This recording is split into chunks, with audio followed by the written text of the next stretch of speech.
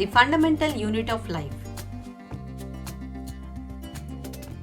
Cell is the basic structural and functional unit of life. The shape and size of the cell is related to the specific function it performs. The components of the cell are called organelles. Generally, all the eukaryotic cells possesses the same organelles. The plasma membrane is the outermost covering of the cell. It is selectively permeable in nature.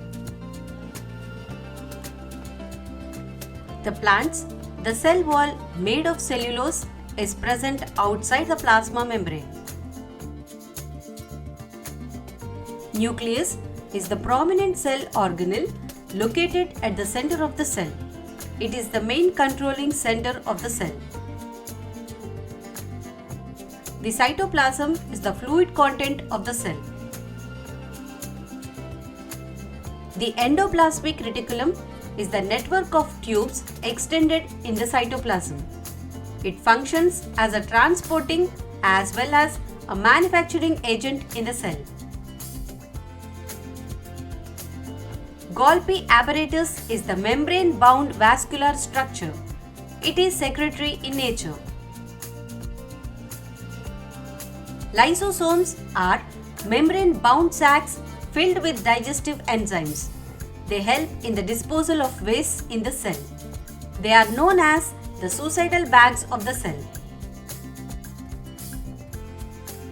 Mitochondria are known as the powerhouse of the cell. They generate power through respiration required for the metabolic activities of the cell in the form of ATP.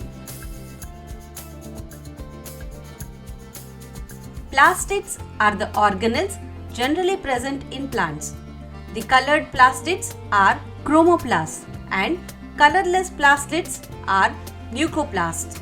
The green chromoplasts are called chloroplasts, which contain a pigment chlorophyll in them. Chloroplasts help in photosynthesis. Vacuoles are fluid-filled sac-like structures. Their number and size are bigger in plant cells.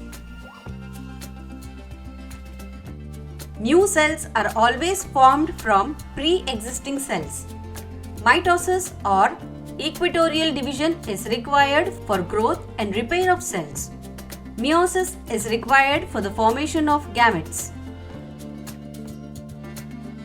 The cell without a distinct nucleus and nuclear membrane are called prokaryotic cells. Activity. Aim: to observe osmosis using an egg and salt solution.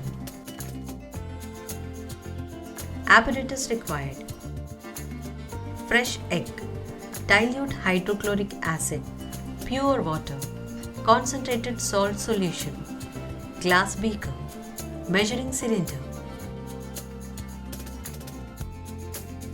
Procedure: remove the shell of a fresh egg by dissolving it in diluted hydrochloric acid, leaving a thin outer skin and closing the egg.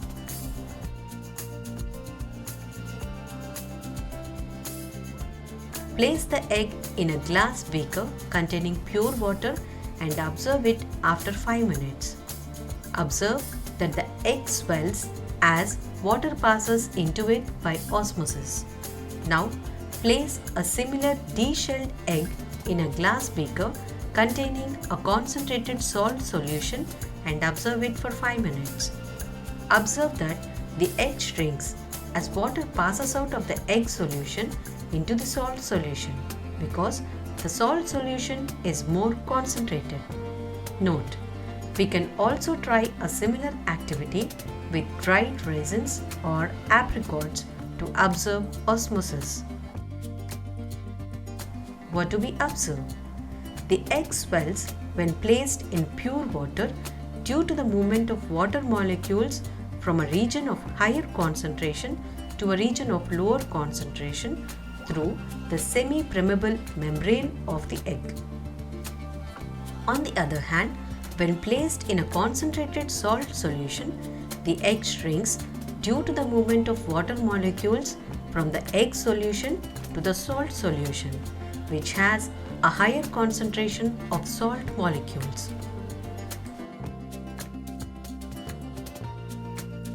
Activity Aim: to observe the process of osmosis during dried raisins or apricots. Apparatus required: dried raisins or apricots, 2 small bowls or cups, water, concentrated solution of sugar or salt. Procedure: take a few dried raisins or apricots and place them in a small bowl or cup. Add enough plain water to cover the raisins or apricots and leave them for some time. Observe the raisins or apricots after some time. Note any changes in their size or appearance.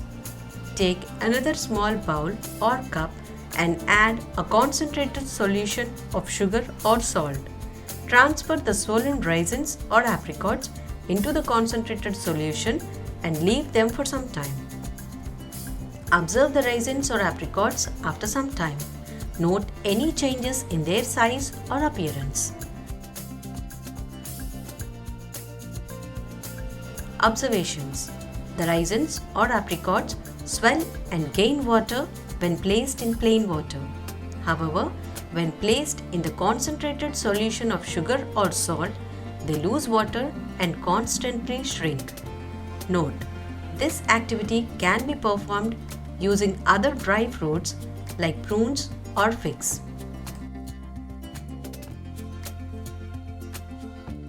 Activity Aim: to observe cheek cells under a microscope and identify the structure. Apparatus required: glass slide, cover slip, needle, methylene blue solution, ice cream spoon, microscope. Procedure: take a glass slide and place a drop of water on it. Gently scrape the inside surface of the cheek using an ice cream spoon. Transfer the material collected onto the slide using a needle and spread it evenly.